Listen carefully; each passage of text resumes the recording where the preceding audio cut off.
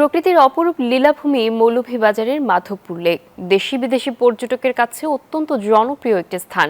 তবে দর্শনার্থীদের জন্য পর্যাপ্ত সুযোগ সুবিধা না থাকায় ক্ষুব্ধ অনেকেই। জরুরি ভিত্তিতে ব্যবস্থা নেওয়ার আশ্বাস জেলা প্রশাসকের। শেখ সিরাজুল ইসলাম সিরাজের পাঠানো তথ্য ছবিতে ডেস্ক রিপোর্ট। টলটলে জল, পাহাড় আর সবুজ চা বাগানে এক মনোমুগ্ধকর পরিবেশে ঘেরা মৌলভীবাজারের কমলগঞ্জ উপজেলার মাধবপুর লেক। ভেসে বেড়ায় কচ্ছপ আর নানা প্রজাতির মাছ। শাপলা শালুকের সমারোহ মুগ্ধ করে প্রকৃতিপ্রেমীকে। লেকটির অপরূপ সৌন্দর্য উপভোগ করতে প্রতিদিনই ভিড় জমাচ্ছে হাজারো পর্যটক। তবে দর্শনার্থীদের জন্য নেই পর্যাপ্ত সুযোগ সুবিধা। অব্যবস্থাপনায় ক্ষুব্ধ তারা।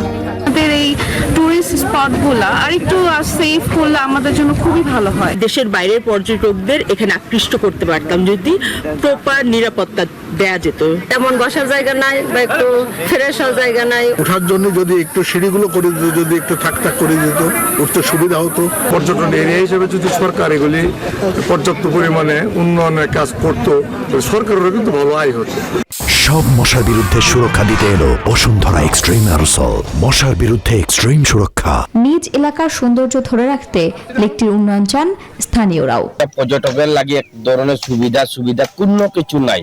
লেকটি সংস্কার ও উন্নয়নে প্রশাসনের জটিলতা নিরসনে সরকারি হস্তক্ষেপের কথা জানান পরিবেশবিদরা। কিন্তু চা বাগান এবং সরকার এই যে তাদের মধ্যে রশি টানাটানি, কে সেটি নিয়ন্ত্রণ করবে, কিভাবে করবেন, এটির কারণে কিন্তু আমাদের পর্যটনটা সেখানে সেইভাবে দাঁড়াচ্ছে না। জরুরি ভিত্তিতে ব্যবস্থা নেওয়ার আশ্বাসও দেন জেলা প্রশাসক। কেন বরাদ্দগুলি ফেরত যাচ্ছে এবং কোথায় কোথায় পর্যটকদের সমস্যা হচ্ছে সেগুলো আমরা নোট করে সেটা প্রয়োজনীয় ব্যবস্থা নিব। পর্যটন শিল্পের উন্নয়নে ও পর্যটকদের সুযোগ সুবিধা প্রদানে প্রয়োজনীয় ব্যবস্থা গ্রহণে এগিয়ে আসবে সরকার, এমনটাই প্রত্যাশা এলাকাবাসীর। Desk report, news 24।